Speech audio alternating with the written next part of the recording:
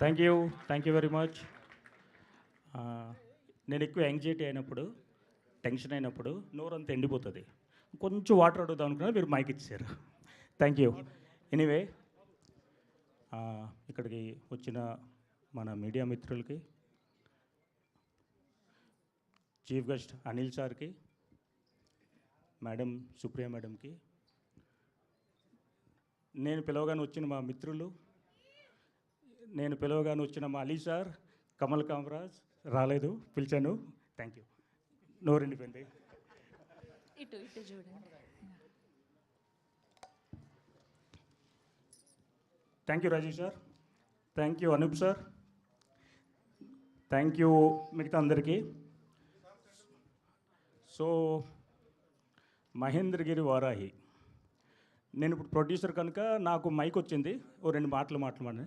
కానీ నా తరపు నుంచి ఈ నా వాయిస్, నా ముందు అండ దండ ముందుండి నడిపించిన వ్యక్తి మా లక్ష్మణ్ గారు, మా లక్ష్మణ్ సురవి గారు, మరో ప్రొడ్యూసరు. ఆయన వాయిస్, నా ప్రొడక్షన్ టీం, నా ఎగ్జిక్యూటివ్ ప్రొడ్యూసర్, లైన్ ప్రొడ్యూసర్స్ అందరూ వాళ్ళ వాయిస్, నా డైరెక్షన్ డిపార్ట్మెంట్ వాయిస్, అందరు వాయిస్ తరపు నుంచి నేను ఇప్పుడు మాట్లాడుతున్నా.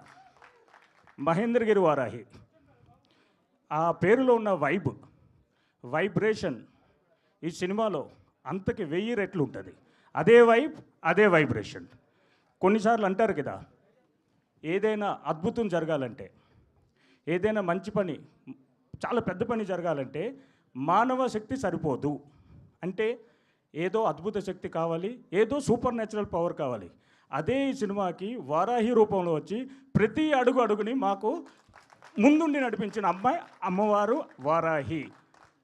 ఈ పేరు ఉత్తినే పెట్టుకోలేదు వారాహి అని. ఈ సినిమా మొత్తం అమ్మవారి ఇంటర్వెన్షన్, అమ్మవారు ముందుండి ప్రతి షాట్లో, ప్రతి సీన్లో అమ్మవారు ఎక్కడో ఒక దగ్గర వస్తూనే ఉంటారు. ఆమె మా హీరో గారిని ముందుండి నడిపించే అమ్మే మా వారాహి. అలానే వారాహి అని పేరు పెట్టుకోవడం మీకు ఆల్రెడీ తెలుసు. క్యాంపెయిన్ ముందు వాహనానికి వారాహి పెట్టుకొని ఎంత పెద్ద రిజల్ట్ వచ్చిందో. అటువంటప్పుడు మా అమ్మే మా సినిమాలో ఉందంటే మాకెంత పెద్ద రిజల్ట్ రావాలి. అది మహేంద్రగిరి వారాహి. Thank you. అట్లానే ప్రతి దగ్గర మాకు సూపర్ న్యాచురల్ పవర్గా, ప్రతి దగ్గర ప్రతి షూట్లోని మా ముందుని నడిపించిన అమ్మకి శతకోటి వందనాలమ్మ, వారాహి అమ్మ. థ్యాంక్ యూ అమ్మ. Thank you very much.